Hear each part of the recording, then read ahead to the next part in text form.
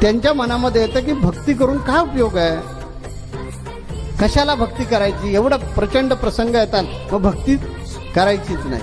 त्यांच्यासाठी मला इथे सांगायचं आहे की तुम्ही भक्ती नाही केलीत तर प्रसंग टाळणारच का. उलट भक्ती करत असाल तर मनोधैर्य वाढेल. एक क्षण असा येईल की त्यावेळेला मी खंबीरपणे तुमच्या पाठीशी उभं राहील. इथे भगवान कृष्ण सुद्धा योग्य वेळेला आपलं विराट रूप दाखवणार आहे. तर पुढे असल्यामुळे मी त्याचा उल्लेख करायचं टाळलं होतं. तर योग्य वेळेला अर्जुनाच्या समोर ठामपणे उभं राहणार आणि सांगणार मला शरण ये, आता बाद झालं, घे हातामध्ये धनुष्य. तशी योग्य वेळ ज्यावेळी येईल त्यावेळेला मी सुद्धा तुमच्या पाठीशी राहणार आहे आणि सांगणार आहे ठीक आहे, आता किती येतात ते प्रसंग बघूया.